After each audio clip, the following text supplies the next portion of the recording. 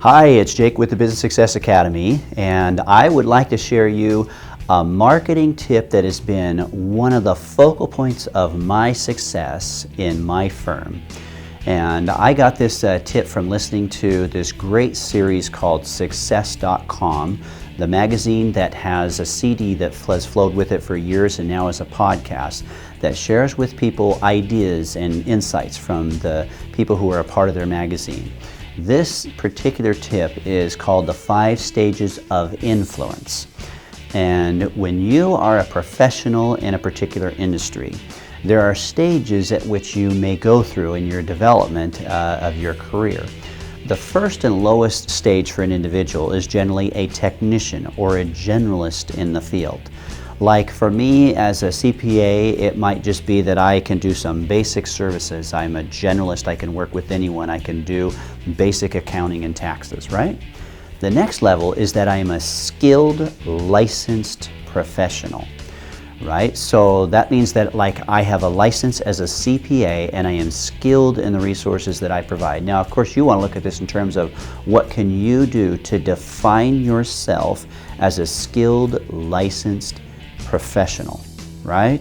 A technician or not a generalist, but a professional.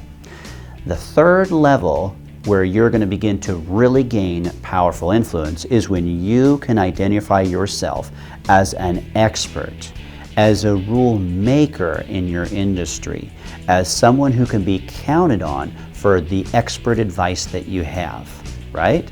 When you can clearly define yourself in the industry as an expert, you begin to have influence and you begin to be sought after. But then, how do you define yourself, number 4, as an authority that is sought after? Now, part of my process for being defined as an authority has been to put out my book, The 7 Strategies of Highly Successful Business Owners, to make sure that I clarify with everyone that I work with and meet with in the public speaking that I do, that I am an authority on the subjects that I speak of. So that's level 4, an authority on what you do. Now the 5th level is somewhat harder. How do you define yourself, the person who is not just a generalist, but a skilled professional who is an expert in their industry, who is an authority on the topics that you specifically focus on, and that is finally a celebrity. If you can reach the level of celebrity in your industry, you will have people knocking at your door to do work with you, and they will pay any price to get your expertise. So the question is, how do you get from whatever level you are up the ladder? That's a question for you.